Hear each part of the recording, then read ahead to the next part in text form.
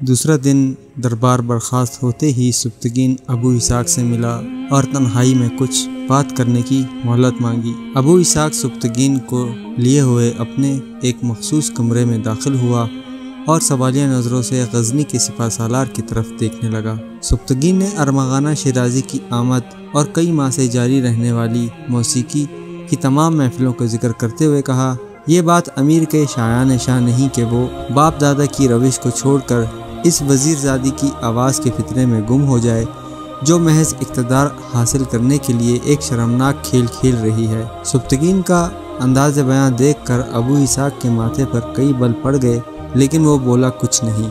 امیر، آپ آقازادے ہیں اور میں اس رشتے کا تقدس برقرار رکھنے کے لیے آج یہ راز فاش کر رہا ہوں کہ تقریباً 1 سال پہلے ارمغانہ شیرازی مجھ سے شادی کرنا چاہتی تھی، مگر امیر مرحوم نے میرے لیے کسی دوسری عورت کا انتخاب کیا۔ میں بہت دنوں سے آپ کی خوابگاہ کے باہر رات بھر کھڑا رہ کر اس کی آمد و رفت دیکھ رہا ہوں، مگر آج قوت برداشت جواب دے گئی تو حرف شکایت اپنی زبان تک لے آیا ہوں۔ اگر ایک غلام کی یہ بے ادبی اور گستاخی مزاج شاہی پر گراں گزری ہے تو یہ نمک خوار غزنی سے نکل کر خدا کی زمین کے کسی گمنام گوشے میں چلا جائے گا، لیکن آپ روز حشر گواہ رہیں گے کہ میں نے نمک کا حق ادا کر دیا ہے۔ خدا کی قسم وہ بے باک لڑکی آپ کے لائق نہیں، وہ تو عام سے راستوں کی اڑتی ہوئی خاک ہے جو قبائے شاہی کو داغدار کر کے ملکہ بننے کے خواب دیکھ رہی ہے۔ یہ کہہ کر سبتگین نے کمر سے اپنی تلوار کھولی اور ابو اسحاق کے سامنے رکھتے ہوئے بولا، آقا اپنی امانت واپس لے لیجئے کہ کمزور انسان سے اس امانت کا بوجھ نہیں اٹھا سکتا۔ یکایک سبتگین کی آنکھوں سے آنسو بہنے لگے تھے۔ ابو اسحاق بہت دیر تک حیرت اور پریشانی کے عالم میں سبتگین کو دیکھ رہا تھا۔ اس کے چہرے پر مختلف رنگ ابھر کر ڈوب رہے تھے۔ پھر وہ بہت آہستہ لہجے میں بولا، سبتگین تم نے یہ تلوار کیوں کھول دی؟ صرف اس لیے کہ آقا کہ شاید غلام کی یہ گستاخی آپ سے برداشت نہ ہو سکے، یہی سوچ کر میں نے اپنی بے ادبی کی سزا خود تجویز کر لی ہے۔ شدت جذبات سے سبتگین کی آواز لرز رہی تھی۔ سبتگین، نہ تم غلام ہو اور نہ میں آقا۔ ابو اسحاق نے اسی شفقت اور مہربان لہجے میں کہا، امیر الپتکین کے رشتے سے تم میرے بھائی ہو اور مجھے فخر ہے کہ آج تم نے بھائی ہونے کا حق ادا کر دیا۔ کیا تم سمجھتے ہو کہ میں ایک عورت کے لیے تم جیسے جانثار کو اپنے آپ سے جدا کروں گا؟ نہیں، ایسا کبھی نہیں ہوگا۔ مجھے اپنے اس عمل پر بہت ندامت ہے۔ بس کچھ دیر کے لیے آنکھوں کے سامنے اندھیرا سا چھا گیا تھا، مگر جب تم نے مجھے پکارا تو ساری تاریکیاں فنا ہو گئیں اور بزرگوں کا قائم کیا ہوا روشن مینار صاف نظر آنے لگا۔ اب میری آنکھوں کے سامنے کوئی دھند نہیں، کوئی غبار نہیں۔ اطمینان رکھو کہ آج کے بعد ارمغانہ شیرازی میری خوابگاہ میں کبھی داخل نہیں ہوگی۔ سبتگین نے بے قرار ہو کر امیر ابو اسحاق کے ہاتھوں کو بوسہ دے دیا اور بہت دیر تک روتا رہا۔ امیر، خدا آپ کی عمر دراز کرے کہ میری آنکھوں نے آج تک ایسی اعلیٰ ظرفی کا کوئی مظاہرہ نہیں دیکھا۔ پھر اسی رات ارمغانہ شیرازی امیر ابو اسحاق کی خوابگاہ میں داخل ہوئی۔ آج وہ تمام دنوں سے زیادہ خوبصورت اور آراستہ نظر آ رہی تھی، مگر اس وقت ارمغانہ کا شاداب چہرہ دھواں ہو گیا جب امیر ابو اسحاق نے اس کے داخل ہوتے ہی شدید ناگوار لہجے میں کہا، ارمغانہ، ہم نے بہت غور کیا، مگر موسیقی کو ہماری پتھروں جیسی فطرت سے کوئی مناسبت نہیں۔ ہم صرف نغمہ شمشیر سننے کے عادی ہیں، ہمیں کوئی دوسرا نغمہ راس نہیں آتا، اس لیے تم اپنا رباب اٹھاؤ اور ہمارے خلوت کدے سے نکل جاؤ۔ یہ کہہ کر ابو اسحاق نے اشرفیوں سے بھری ہوئی ایک تھیلی ارمغانہ شیرازی کی طرف بڑھائی۔ یہ تمہاری خدمت گزاری کا انعام ہے، ہم تمہیں اپنے قدموں میں تو کیا اس کمرے کے ایک گوشے میں بھی جگہ نہیں دے سکتے۔ ارمغانہ اس قسم کے جواب کے لیے تیار نہیں تھی۔ امیر ابو اسحاق کے بدلے ہوئے تیور دیکھ کر اس کی آنکھوں کے سامنے اندھیرا سا چھانے لگا۔ پھر وہ بڑی مشکل سے سنبھلی اور امیر سے کچھ کہنے کے لیے اپنا گلا صاف کرنے لگی، لیکن ابو اسحاق نے اسے لب کشائی کی مہلت نہیں دی۔ مجبوراً وہ لڑکھڑاتے قدموں سے باہر نکل گئی۔ خوابگاہ کے دروازے پر سبتگین پتھر کے کسی ستون کی طرح کھڑا تھا۔ ایک لمحے کے لیے ارمغانہ نے اسے دیکھا اور سر جھکا دیا۔ اسد شیرازی نے یہ خبر سنی تو انتہائی وحشت و کرب کے عالم میں اپنے سر کے بال نوچنے لگا۔ میں تم سے پہلے ہی کہتا تھا کہ اس معاملے میں سبتگین کو نظر انداز کر دینا تمہاری بہت بڑی نادانی ہوگی۔ آخر وہی ہوا اور اپنے گرد و پیش سے بے خبر رہنے والوں کا یہی حشر ہوتا ہے۔ اسد شیرازی کے بکھرے ہوئے لمبے لمبے بالوں اور آنکھوں سے جھلکتی ہوئی وحشت سے پہلی نظر میں یہی تاثر ملتا تھا کہ جیسے وہ کوئی پاگل انسان ہے۔ بار بار شراب پینا اور بے قراری کے ساتھ کمرے میں ٹہلنا اس کے ذہنی انتشار اور بدحواسی کا کھلا مظاہرہ تھا۔ ارمغانہ سے باپ کی یہ حالت دیکھی نہ گئی تو اس نے مجبور ہو کر کہا، بابا آپ سبتگین کو بھول کیوں نہیں جاتے؟ اگر ابو اسحاق میری گرفت میں نہیں آیا تو اس سے ہماری معیشتی وقار پر کیا اثر پڑے گا؟ میں نے آپ کے حکم کے مطابق جوئے کی ایک بازی کھیلی تھی، مگر بدقسمتی سے میں وہ بازی اس وقت ہار گئی جب مجھے اپنی فتح یقینی نظر آ رہی تھی۔ آپ چاہیں گے تو پھر کوئی دوسری بازی کھیل لوں گی، مگر ارحمن کے لیے پریشان ہونا چھوڑ دیجئے۔ ارمغانہ اس طرح اپنے باپ کو تسلی دے رہی تھی جیسے وہ خود کوئی بزرگ ہے اور اسد شیرازی ایک چھوٹا سا بچہ ہے۔ میری نادان بیٹی، اسد شیرازی ایک کرسی پر گرتے ہوئے بولا۔ وہ بری طرح ہانپ رہا تھا۔ جو لوگ بار بار بازیاں کھیلتے ہیں اور ہار جاتے ہیں، زندگی کے کمہار خانے میں ان کا بھرم باقی نہیں رہتا۔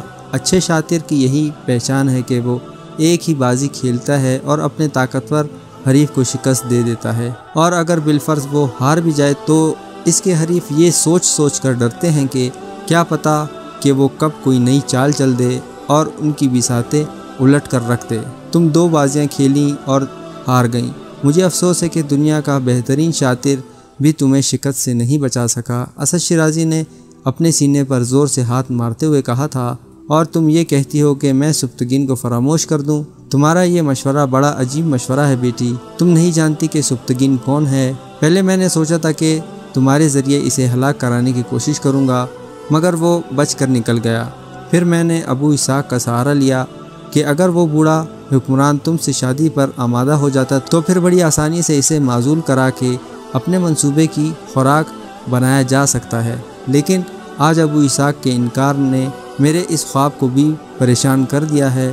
میں تمہیں مختصراً بتا دوں کہ سبتگین ایک دن بہت ترقی کرے گا، اور اس کی یہی ترقی ہمارے خاندان کی تباہی کا باعث ہوگی۔ ستارے بار بار مجھ سے سرگوشی کرتے ہیں کہ سبتگین اور اس کے بیٹے محمود کو مار دو، ورنہ یہ دونوں باپ بیٹے ہمارے سینوں میں روشن رہنے والے مقدس آتش گدوں کو بھی بجھا دیں گے اور ہماری زندگی کے چراغ بھی گل کر دیں گے۔ پھر بابا جان، ارمغانہ پریشان ہو کر باپ کے وحشت زدہ چہرے کو دیکھنے لگی۔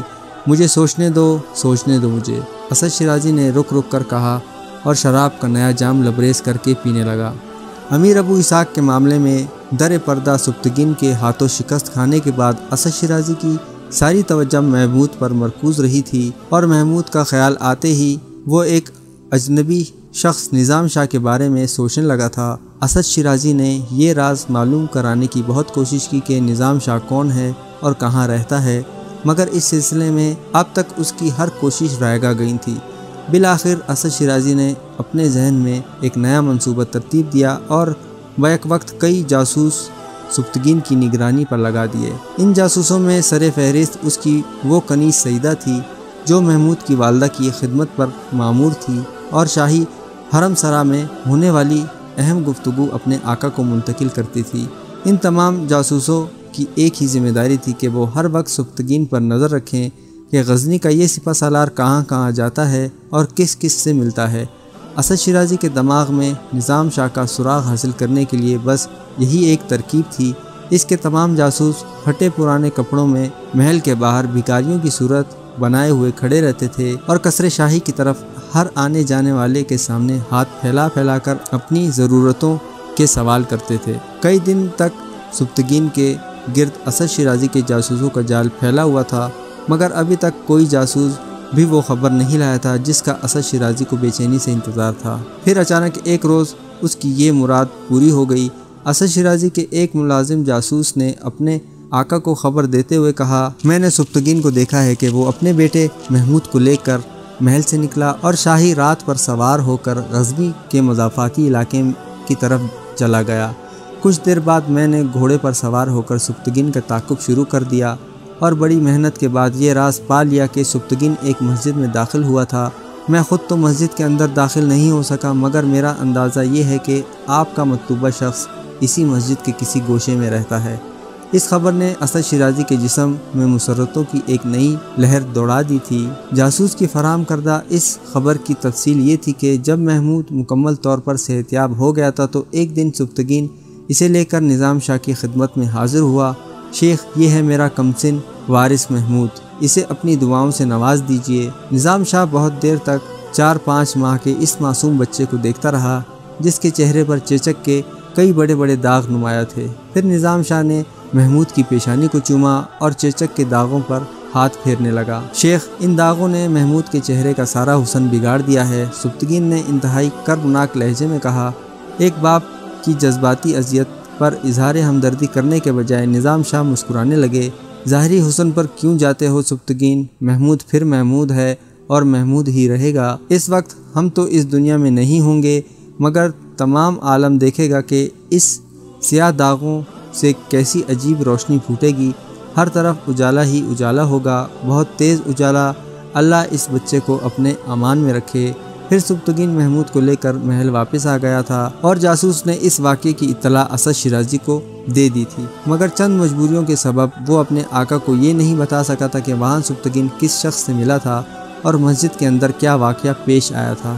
اگرچہ اسد شیرازی ابھی تک نظام شاہ سے نہیں ملا تھا، لیکن وہ ان کی روحانی طاقت کو آزماتے ہوئے محمود کو راستے سے ہٹانا چاہتا تھا۔ اس نے کئی رات جاگ کر ستاروں کی رفتار دیکھی اور پھر اپنی کنیز سیدہ کو تنہائی میں طلب کرتے ہوئے کہا، میرا علم مجھے بتاتا ہے کہ یہ بہترین وقت ہے۔ اس وقت مریخ اور زحل کا مقابلہ ہے۔ اگر کوئی شخص اس وقت میں کوئی کام کرے تو اسے یقینی طور پر کامیابی حاصل ہوگی۔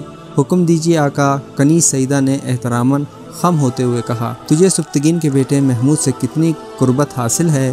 اسد شیرازی نے کچھ سوچتے ہوئے سیدہ سے سوال پوچھا۔ کبھی کبھی جب محمود رونے لگتا ہے تو ملکہ مجھے حکم دیتی ہیں کہ میں بچے کو گود میں لے کر خاموش کرا دوں۔ کنیز سیدہ نے اسد شیرازی کے سوال کا جواب دیتے ہوئے کہا۔ اسد شیرازی کنیز کی زبانی یہ انکشاف سن کر مسکرایا۔ اب میرے سامنے کوئی دیوار نہیں رہے گی، مجھے اپنا راستہ صاف نظر آ رہا ہے۔ یہ کہہ کر اس نے اپنے پیرہن کی جیب سے ایک چھوٹی سی شیشی نکالی اور اسے سیدہ کی طرف بڑھاتے ہوئے بولا، اس شیشی میں دنیا کا خوفناک ترین زہر ہے، بس تو اس کا ایک قطرہ محمود کے ہونٹوں یا زبان پر ٹپکا دے، پھر ایک لمحے میں اس کی سانسوں کا کاروبار ختم ہو جائے گا۔ کنیز سیدہ نے اپنے آقا کے ہاتھوں سے زہر کی وہ شیشی لے تو لی، مگر اس کے جسم پر شدید لرزہ طاری ہو گیا۔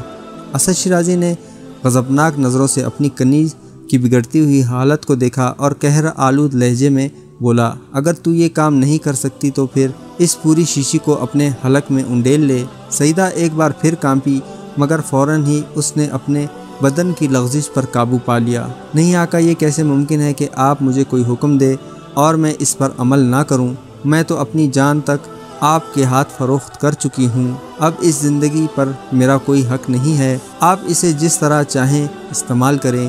یہ کہتے کہتے سیدہ کی آنکھوں کے سامنے اس کے ماں باپ اور چھوٹے چھوٹے بھائی بہنوں کے معصوم چہرے ابھر آئے تھے۔ تو محمود کو زہر دے کر ہلاک کر دے، پھر ہم تجھے نئی زندگی بخش دیں گے، وہ زندگی بہت زیادہ نشاط انگیز اور آسودہ حال ہوگی۔ کنیز سیدہ زہر کی شیشی لے کر چلی گئی اور اسد شیرازی محمود کی ہلاکت کا انتظار کرنے لگا۔ وہ تصورات کی دنیا میں دیکھ رہا تھا کہ پورا محل اچانک ماتم کدہ بن گیا ہے، جس کے ہر گوشے میں تیز چیخیں ابھر رہی ہیں، اور سبکتگین اپنا گریبان چاک کیے ہوئے دیوانوں کی طرح قصر شاہی کی سنگین دیواروں سے سر ٹکرا رہا ہے۔ سیدہ موقع ملتے ہی زہر کی شیشی چھپائے ہوئے اس کمرے میں پہنچی جہاں محمود تنہا لیٹا تھا اور بڑی حیرت سے چھت پر آویزہ فانوس کو دیکھ رہا تھا۔ ایک لمحے کے لیے سیدہ کا دل کانپ کر رہ گیا، مگر فوراً ہی اسے اپنے معصوم بہن بھائی یاد آ گئے۔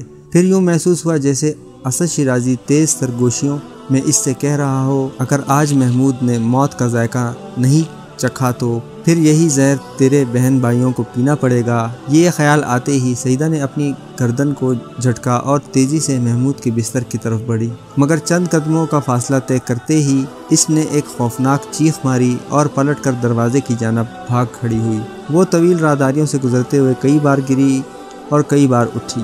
سیدہ کی چیخ سن کر محل کی دوسری کنیزیں بھی وہاں پہنچ گئی تھیں۔ کیا ہوا؟ بیک وقت کئی کنیزوں نے سیدہ سے ایک ہی سوال کیا۔ زمین پر گری ہوئی سیدہ نے محمود کے کمرے کی طرف اشارہ کرتے ہوئے کہا، وہاں صاحبزادے کے سرہانے ایک جنگلی شیر بیٹھا ہوا ہے۔ یہ انکشاف سن کر دوسری کنیزیں بھی گھبرا گئیں۔ انہوں نے محمود کی والدہ کو یہ اطلاع پہنچا دی۔ محمود کی والدہ بدحواسی کے عالم میں کمرے تک پہنچی۔ پھر جب اس نے اندر جھانک کر دیکھا تو وہاں کسی شیر کا سایہ تک موجود نہیں تھا۔ محمود پورے انہماک کے ساتھ اپنے سر پر لٹکے ہوئے فانوس کو دیکھ کر خوش ہو رہا تھا۔ بچے کو محفوظ پا کر ایک شفیق اور مہربان ماں نے اپنے اللہ کا شکر ادا کیا۔ پھر محمود کی پیشانی کو بوسہ دیا اور تیزی کے ساتھ کمرے سے باہر نکل آئی۔ اسی دوران سیدہ اٹھ کر کھڑی ہو گئی تھی اور بار بار وحشت زدہ نظروں سے محمود کے کمرے کی طرف دیکھ رہی تھی۔ اتنے میں محمود کی ماں تیزی سے چلتی ہوئی سیدہ کے قریب آئی اور اپنی ملازمہ کو مخاطب کرتے ہوئے بولی، میں نے خود کمرے میں جا کر دیکھا ہے مگر وہاں کوئی نہیں ہے۔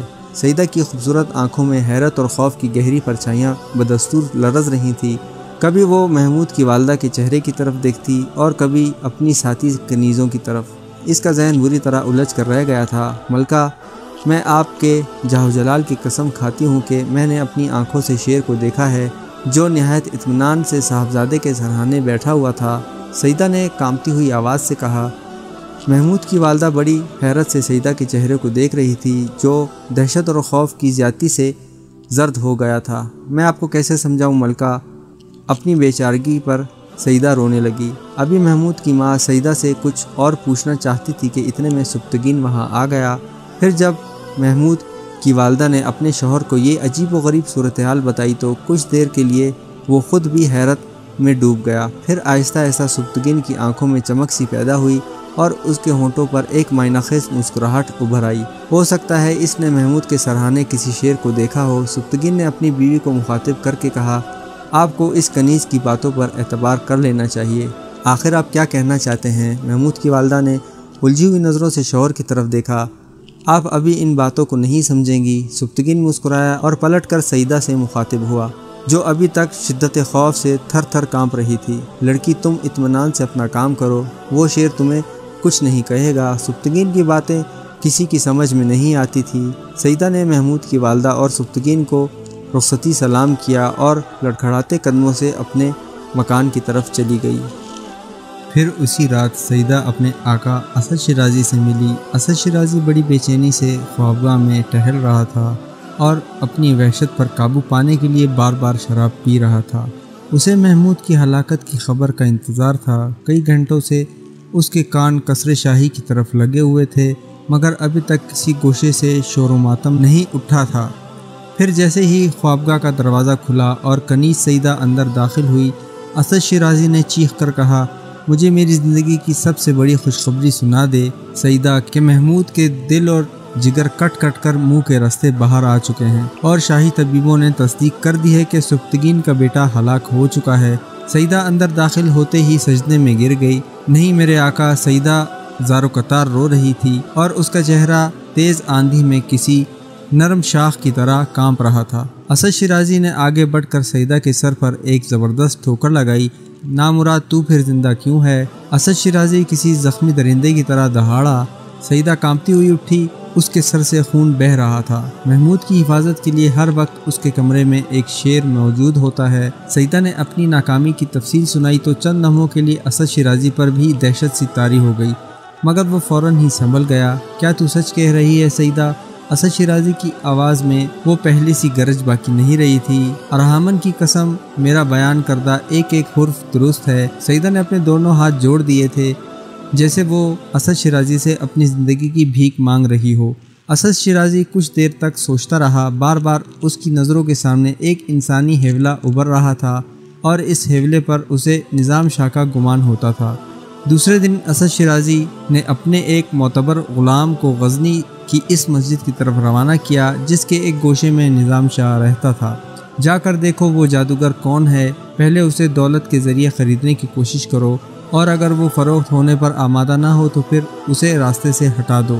یہ ہماری راہ کا سب سے بھاری پتھر ہے، اگر اسے ریزہ ریزہ نہ کیا گیا تو دوسرے پتھر ہمیں کبھی آگے بڑھنے نہیں دیں گے۔ خدمتگار نے سر جھکا لیا اور زر و جواہرات سے بھری ہوئی تھیلی لے کر مسجد کی طرف روانہ ہو گیا۔ اسد شیرازی کی ہدایت کے مطابق وہ خدمتگار پہلے مسجد کے پیش امام سے ملا اور ایک بڑی رقم بطور نذرانہ پیش کی۔ سیم و زر کی طلب میں زندہ رہنے والے پیش امام کی سوالیہ چہرے پر مسرتوں کے کئی چراغ روشن ہو گئے اور پھر وہ تیز قدموں سے چلتا ہوا مسجد کے اندر پہنچا۔ پیش امام نے دروازے سے جھانک کر دیکھا۔ نظام شاہ اپنی عادت کے مطابق گھٹنوں میں سر چھپائے ہوئے خاموش بیٹھا ہوا تھا۔ وہ اندر موجود ہے۔ پیش امام نے واپس آ کر اسد شیرازی کے خدمتگار کو بتاتے ہوئے کہا۔ اسد شیرازی کا ملازم بڑے غرور کے ساتھ ایک ایک قدم اٹھاتا ہوا اندر پہنچا اور پھر اس کی آنکھیں حیرت سے پھیل گئیں۔ نظام شاہ وہاں موجود نہیں تھا۔ خدمتگار گھبرا کر پیش امام کے حجرے میں واپس چلا آیا۔ وہاں تو کوئی بھی نہیں ہے۔ پیش امام نے دوبارہ جا کر دیکھا تو نظام شاہ اسی حالت میں بیٹھے ہوئے تھے۔ اسد شیرازی کا ملازم ایک بار پھر مسجد میں داخل ہوا، مگر اس مرتبہ بھی اسے شدید حیرت سے دوچار ہونا پڑا۔ نظام شاہ وہاں موجود نہیں تھے۔ یہ عمل کئی بار دہرایا گیا۔ مسجد کا پیش امام کہتا تھا کہ نظام شاہ اندر موجود ہے، مگر جب اسد شیرازی کا ملازم انہیں دیکھتا تو وہ نظر نہیں آتے تھے۔ بہت دیر تک یہ عجیب و غریب کشمکش جاری رہی۔ بالآخر اسد شیرازی کا ملازم تنگ آ کر واپس چلا گیا۔ خدمتگار کی بات سن کر اسد شیرازی سناٹے میں آ گیا۔ پھر وہ انتہائی غضب کی حالت میں اپنے ملازم پر برسنے لگا۔ تو جھوٹ بولتا ہے۔ انتہائی غصے کے سبب اسد شیرازی کے منہ سے کف اڑ رہا تھا۔ یہ کیسے ممکن ہے کہ نظام شاہ مسجد کے پیش امام کو نظر آئے اور تجھے دکھائی نہ دے؟ یہ تیری بینائی کا قصور ہے۔ تو اندھا ہو گیا ہے۔ ارحمن کی قسم، میرے ساتھ یہی عجیب و غریب واقعہ پیش آیا ہے۔ خدمتگار شدت خوف سے لرز رہا تھا۔ تو اس مسجد کے اندر داخل ہی نہیں ہوا۔ اسد شیرازی ایک بار پھر گرجا۔ میں جانتا ہوں تو راستے سے لوٹ آیا ہے اور یہاں آ کر بہانہ تراش لیا ہے۔ میں تیرے اس جھوٹ پر کسی طرح یقین نہیں کر سکتا۔ آقا، خدمتگار نے دونوں ہاتھ جوڑ لیے، مسجد کے پیش امام موجود ہیں، آپ ان سے اس واقعے کی تصدیق کر سکتے ہیں۔ اسد شیرازی نے گھبرا کر اپنے خادمگار کی طرف دیکھا اور پھر آہستہ آہستہ اس کا غصہ سرد ہونے لگا۔ بدحواسی میں اس نے پیش امام کے وجود کو یکسر نظر انداز کر دیا تھا۔ اب ملازم نے احساس دلایا تو اسے یاد آیا۔ تو جا، اسد شیرازی نے جھنجھلائے ہوئے لہجے میں کہا، اس جادوگر کو میں خود دیکھ لوں گا۔ خدمتگار لرزتے قدموں کے ساتھ سر جھکائے ہوئے چلا گیا۔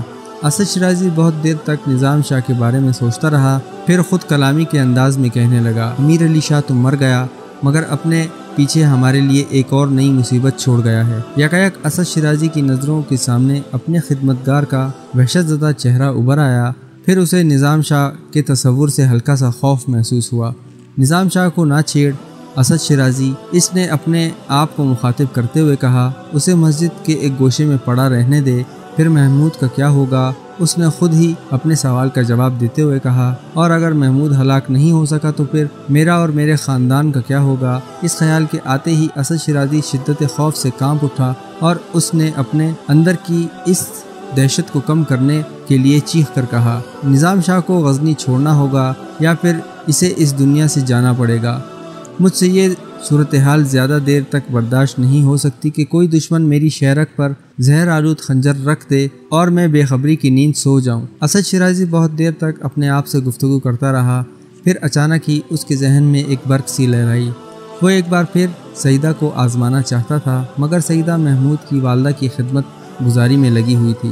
اسد شیرازی نے بڑی بے چینی سے وہ وقت گزارا۔ پھر جب سعیدہ حسب معمول رات کی تاریکی کا سہارا لے کر اس کی خلوت میں داخل ہوئی تو اسد شیرازی نے اس سے پوچھا، کیا تجھے اب بھی محمود کے سرانے کوئی شیر بیٹھا ہوا نظر آتا ہے؟ نہیں آقا، کنیز سعیدہ نے بے تعامل کہا، میں نے اس شیر کو دوبارہ نہیں دیکھا۔ یہ انکشاف سن کر اسد شیرازی کے ہونٹوں پر ایک آسودہ سی مسکراہٹ ابھر آئی۔ میرا خیال درست نکلا۔ کنیز سعیدہ نے چونک کر اپنے آقا کی طرف دیکھا، وہ صرف تیرا وہم تھا۔ اسد شیرازی نے مسرور لہجے میں کہا، تجھے تیری آنکھوں نے فریب دیا تھا سعیدہ، وہ تیرے پریشان خیالوں کا تراشا ہوا شعر تھا، اس کے سوا کچھ نہیں۔ اسد شیرازی کی گفتگو سن کر سعیدہ نئی حیرتوں میں ڈوب گئی۔ ہو سکتا ہے آقا، ہو سکتا ہے، سعیدہ کی زبان لڑکھڑا رہی تھی۔ یقیناً ایسا ہی ہے، اسد شیرازی نے اونچی آواز میں کہا، تو ایک بار پھر کوشش کر اور محمود کو یہ زہر پلا دے۔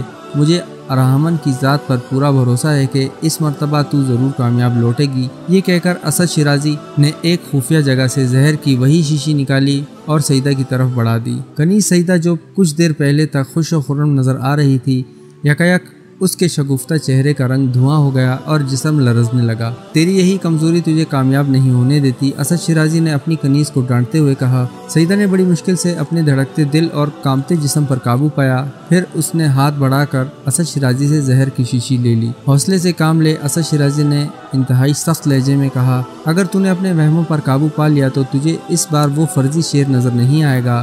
سیدہ اپنے آپ پر جبر کر کے تیز تیز قدموں سے چلی گئی۔ پھر دوسرے دن جیسے ہی وہ محمود کو زہر دینے کے ارادے سے سبتگین کے کمرے میں پہنچی، اسے وہی شیر دوبارہ نظر آیا، ایک خونخوار شیر جس کی آنکھوں سے انگارے برس رہے تھے۔ سیدہ نے اپنے ہونٹوں سے بلند ہونے والی چیخ کو سینے میں ہی گھونٹ لیا اور الٹے قدموں اسد شیرازی کی خلوت گاہ کی طرف لوٹ گئی۔ سیدہ کی حالت دیکھ کر اسد شیرازی سمجھ گیا تھا کہ وہ اس بار بھی ناکام ہو گئی ہے۔ کیا ہوا بدنصیب، تو بولتی کیوں نہیں؟ اسد شیرازی کسی درندے کی طرح دہاڑا۔ سیدہ آگے بڑھی اور اسد شیرازی کے قدموں سے لپٹ گئی۔ آقا، مجھ گناہگار کو معاف کر دیجئے کہ یہ کام میرے بس کا نہیں۔ میں جب بھی محمود کو ہلاک کرنے کے غرض سے وہاں جاتی ہوں تو وہ شیر وہاں موجود ہوتا ہے۔ سیدہ اسد شیرازی کی منتیں کر رہی تھی اور عام حالات میں وہاں کچھ نہیں ہوتا۔ اسد شیرازی کچھ دیر تک کسی مجسمے کی مانند بے حس و حرکت کھڑا رہا، پھر اس کے ہونٹوں کو جنبش ہوئی۔ میں ایک صورت میں تیری کوتاہی کو معاف کر سکتا ہوں۔ وہ کس طرح؟ سیدہ نے سر اٹھایا اور سوالیہ نظروں سے اپنے آقا کی طرف دیکھنے لگی۔ کھڑی ہو اور میری باتیں غور سے سن، یہ کہہ کر اسد شیرازی 2 قدم پیچھے ہٹ گیا۔ سیدہ نئی زندگی کی بھیک مانگنے کے لیے اٹھی اور اس نے اسد شیرازی کے سامنے اپنا دامن پھیلا دیا۔ آقا، مجھے حکم دیجئے، میں آپ کے نمک کا حق کیسے ادا کر سکتی ہوں؟ بس لافزنی نہ کر، اسد شیرازی نے قہرناک لہجے میں کہا۔ تو خوب جانتی ہے کہ تیرے آقا کو اس قسم کی گفتگو پسند نہیں۔ بہرحال میں تجھے آخری موقع دیتا ہوں، اگر تو اس مرحلے میں بھی ناکام رہی تو پھر یہ زمین تیرے وجود کو برداشت نہیں کرے گی۔ سیدہ اسد شیرازی کی اس تنبیہ کا مفہوم خوب سمجھتی تھی۔ ایک بار پھر اس کا دل کانپا، مگر اس امید پر اس نے اپنے آپ کو سنبھال لیا کہ شاید سوئی ہوئی قسمت جاگ جائے اور وہ نئی آزمائش میں پوری اترے۔ غزنی کے مضافاتی علاقے میں ایک مسجد میں نظام شاہ نامی ایک نوجوان رہتا ہے۔ اسد شیرازی نے سیدہ کو اپنا نیا منصوبہ تفصیل سے بتاتے ہوئے کہا، تو اس سے 2-4 ملاقاتیں کر اور پھر ایک دن اسے اپنے حوالے سے بدنام کر دے۔ میں چاہتا ہوں کہ شاہی عدالت میں نظام شاہ پر مقدمہ چلے اور امیر ابو اسحاق اسے سنسار کرنے کا حکم دے دے۔ اس طرح وہ جادوگر دنیا سے رخصت ہو جائے گا، پھر اس کے بعد تو آسانی سے محمود کو زہر دے سکے گی۔ کنیز سیدہ کو یہ کام ذرا سہل محسوس ہوا، اگرچہ وہ ایک بے گناہ انسان پر الزام تراشی کے خیال سے بہت غمگین تھی، لیکن کیا کرتی کہ اس کے سوا اسے اپنی نجات کا کوئی دوسرا راستہ نظر نہیں آتا تھا۔ سیدہ جانتی تھی کہ اسد شیرازی اپنی سیاست کی بساط پر ناکام مہروں کو سجانے کا عادی نہیں تھا اور ایسے مہروں کو بے دریغ قتل کرا دیا کرتا تھا کہ اس طرح مرنے والوں کے ساتھ اس کے راز بھی قبر کی گہرائیوں میں دفن ہو جاتے تھے۔ سیدہ کو بھی اس ناکامی کے بعد اپنی موت صاف نظر آ رہی تھی، اس لیے وہ نظام شاہ کے ساتھ ایک شرمناک کھیل کھیلنے پر آمادہ ہو گئی۔ اسد شیرازی کے ایک خدمتگار نے کنیز سیدہ کو دور سے اس مسجد کا پتہ دیا اور خود غزنی کی طرف واپس آ گیا۔ سیدہ عام سے کپڑوں میں گہرے نقاب میں لپٹی ہوئی مسجد کے دروازے تک پہنچی اور پیش امام سے نظام شاہ کے بارے میں پوچھنے لگی۔ یہ بھی اسد شیرازی کے منصوبے کا ایک حصہ تھا کہ وہ کسی نہ کسی طرح اپنے معاملے میں پیش امام کو بھی گواہ بنا لے۔ یہ نظام شاہ کہاں رہتے ہیں؟ سیدہ نے نقاب الٹتے ہوئے کہا۔ پیش امام نے ایک خوبصورت نامحرم خاتون کو اتنے قریب پا کر سر جھکا دیا اور مسجد کی طرف ہاتھ کا اشارہ کرتے ہوئے کہا، نظام شاہ مسجد کے ایک گوشے میں رہتا ہے۔ اس کے بعد پیش امام اپنے حجرے میں چلا گیا۔ سیدہ نے اپنے چہرے پر نقاب ڈالی اور بڑے اعتماد کے ساتھ مسجد کے دروازے کی طرف بڑھی۔ پھر جیسے ہی اس نے مسجد کے اندر قدم رکھنے کی کوشش کی، آگ کی تیز لپیٹوں نے اس کا راستہ روک لیا۔ سیدہ گھبرا کر پیچھے ہٹ گئی۔ اسے یوں محسوس ہوا کہ مسجد کے دروازے سے لے کر صحن تک ایک تیز آگ بھڑک رہی ہے، مگر ایسی آگ جو انسانی آنکھ سے نظر نہیں آ رہی تھی۔ بس محسوس ہو رہی تھی کہ جیسے مسجد کے اندر تیز انگارے دہک رہے ہیں اور جس کے اثر سے پوری فضا ایک تندور بن کر رہ گئی ہے۔ سیدہ نے دوسری بار مسجد کے دروازے میں داخل ہونے کی کوشش کی، مگر اس مرتبہ بھی اسے اپنے قدم واپس کھینچنے پڑے۔ اسے محسوس ہوا کہ اگر وہ تیزی سے پیچھے نہیں لوٹی تو اس کا پورا چہرہ جھلس کر رہ جائے گا۔ اب سیدہ پر شدید خوف و ہراس طاری ہو گیا تھا اور اس نے اندازہ لگا لیا تھا کہ نظام شاہ کوئی معمولی انسان نہیں ہے اور یہ انہی کا جلال روحانی کا اثر ہے کہ اسے مسجد کے دروازے کے صحن تک ناقابل برداشت تپش محسوس ہو رہی ہے، ورنہ حقیقت میں دور دور تک آگ کا ہلکا سا نشان بھی موجود نہیں تھا۔ سیدہ نے گھبرا کر واپس لوٹنا چاہا، مگر اسے فوراً ہی اسد شیرازی کے الفاظ یاد آ گئے، اگر تو اس مرحلے میں بھی ناکام ہو گئی تو تجھے معاف نہیں کیا جائے گا۔ سیدہ ناقابل بیان دہشت اور اذیت میں مبتلا تھی۔ آج تک کبھی اسے ایسی پیچیدہ صورتحال کا سامنا نہیں کرنا پڑا تھا، نہ وہ پلٹ کر اپنے گھر واپس جا سکتی تھی کہ وہاں اسد شیرازی کی شمشیر بے نیام اس کے اور اس کے اہل خانہ کے خون سے اپنی پیاس بجھانے کے لیے بے چین تھی، اور نہ وہ کامیابی حاصل کرنے کے لیے مسجد کے اندر داخل ہو سکتی تھی کہ وہاں ایک نادیدہ آگ اپنی پوری ہولناکیوں کے ساتھ بھڑک رہی تھی۔ جب سیدہ کی سمجھ میں کچھ نہیں آیا تو وہ بہتے ہوئے آنسوؤں کے ساتھ چیخ کر کہنے لگی، نظام شاہ، میں غلامی کی زنجیروں میں جکڑی ہوئی ایک مجبور عورت ہوں، خدا کے واسطے مجھے چند لمحوں کے لیے مسجد کے اندر آ کر اپنی صفائی پیش کرنے کا ایک موقع عنایت فرما دیجیے، پھر میں زندگی کے مطلق کی طرف واپس چلی جاؤں گی۔ جیسے ہی سیدہ کی زبان سے یہ الفاظ ادا ہوئے، اسے محسوس ہوا جیسے نادیدہ آگ کی تپش یکسر کم ہو گئی۔ اس کے ساتھ ہی سیدہ کو یہ احساس بھی ہوا کہ یکایک بازوئے قاتل ٹھہر گیا ہو اور اسے کچھ دیر کے لیے زندگی کے سائے میں امان مل گئی ہو۔ سیدہ تیزی سے مسجد کے دروازے میں داخل ہوئی اور صحن عبور کر کے اس جگہ پہنچی جہاں نظام شاہ اپنے بوسیدہ کمبل پر بیٹھے ہوئے آنے والی عورت کا انتظار کر رہے تھے۔ نظام شاہ کو دیکھتے ہی سیدہ کے جسم پر لرزہ طاری ہو گیا اور وہ چند قدم چل کر مسجد کے فرش پر سجدے کی حالت میں گر گئی۔ نظام شاہ، میں بے قصور ہوں، مجھے معاف کر دیں۔ سیدہ اعتراف گناہ کرتے ہوئے کسی ایسے مجرم کی طرح رو رہی تھی جس پر زندگی کے تمام راستے بند ہو چکے ہوں۔ کاش آپ میری مجبوریوں کا اندازہ کر سکتے۔ اٹھو خاتون، نظام شاہ کی مہربان اور دلنشین آواز ابھری، یہ مسجد ہے، یہاں اللہ کے سوا کسی دوسرے کو سجدہ نہیں کیا جاتا۔ سیدہ لڑکھڑاتے قدموں سے کھڑی ہونے کی کوشش کرنے لگی تو نظام شاہ نے کہا، سکون سے بیٹھو، یہ کسی شہنشاہ یا امیر کا دربار نہیں کہ تم احتراماً اس کے آگے کھڑی رہو، یہ خالق کائنات کا دربار ہے، یہاں شاہ و گدا سب برابر ہیں۔ سیدہ دو زانوں ہو کر بیٹھ گئی تو نظام شاہ نے اسے دوبارہ مخاطب کرتے ہوئے کہا، اگر ہم تمہاری مجبوریوں کو نہیں سمجھتے تو پھر مسجد کے اندر داخل ہونے بھی نہیں دیتے، اور اگر تم ہردرمی کے ساتھ اپنی کوشش جاری رکھتی تو جل کر خاک ہو جاتی۔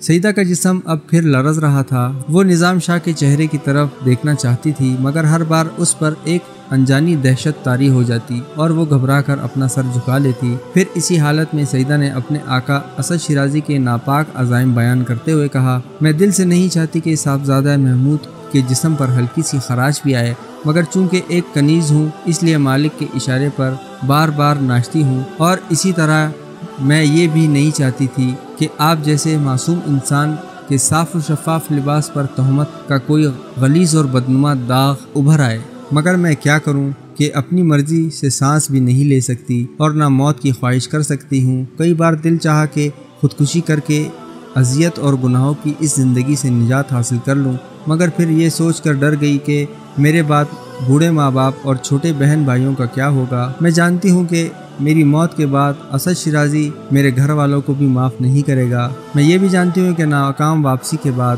قصر شاہی میں غضبناک موت میری منتظر ہوگی۔ پھر میں کہاں جاؤں نظام شاہ، کہاں جاؤں؟ مجھے دور تک کوئی راستہ نظر نہیں آتا۔ یہ کہہ کر کنیز سیدہ کسی معصوم بچے کی طرح رونے لگی۔ گھبراؤ نہیں خاتون، ابھی خدا کی زمین پر تمہارے لیے باعزت اور پرسکون زندگی کا راستہ موجود ہے۔ نظام شاہ نے اسی مہربان اور دلنشین لہجے میں سیدہ کو مخاطب کرتے ہوئے کہا، تم اپنے دل سے آتش پرستی کے بت کو نکال کر پھینک دو، پھر تمہیں اسد شیرازی جیسے بھیڑیے کوئی ضرر نہیں پہنچا سکیں گے۔ اللہ ان کے نوکیلے پنجوں اور زہریلے دانتوں کو اس طرح توڑ دے گا کہ وہ تمہیں قصر شاہی میں گھومنے والی بلیوں سے بھی زیادہ حقیر اور کمزور نظر آئیں گے۔ نظام شاہ کی باتیں سن کر موت کے دہانے پر کھڑی ہوئی سیدہ کے جسم میں زندگی کی نئی لہر دوڑ گئی تھی۔ اس نے گھبرا کر ایک بار پھر نظام شاہ کی طرف دیکھا۔ کیا ایسا ہوگا؟ ہاں، ایسا ہی ہوگا، نظام شاہ نے پرجلال لہجے میں کہا۔ اللہ اپنے پکارنے والوں کو درندوں کے نرغے میں بے یار و مددگار نہیں چھوڑ دیتا۔ پھر اس کے بعد سیدہ نظام شاہ کی دعاؤں کے سائے میں قصر شاہی واپس چلی گئی اور اس نے اسد شیرازی کو صاف صاف بتا دیا کہ وہ نادیدہ آگ بھڑکنے کے سبب مسجد کے اندر داخل نہیں ہو سکی۔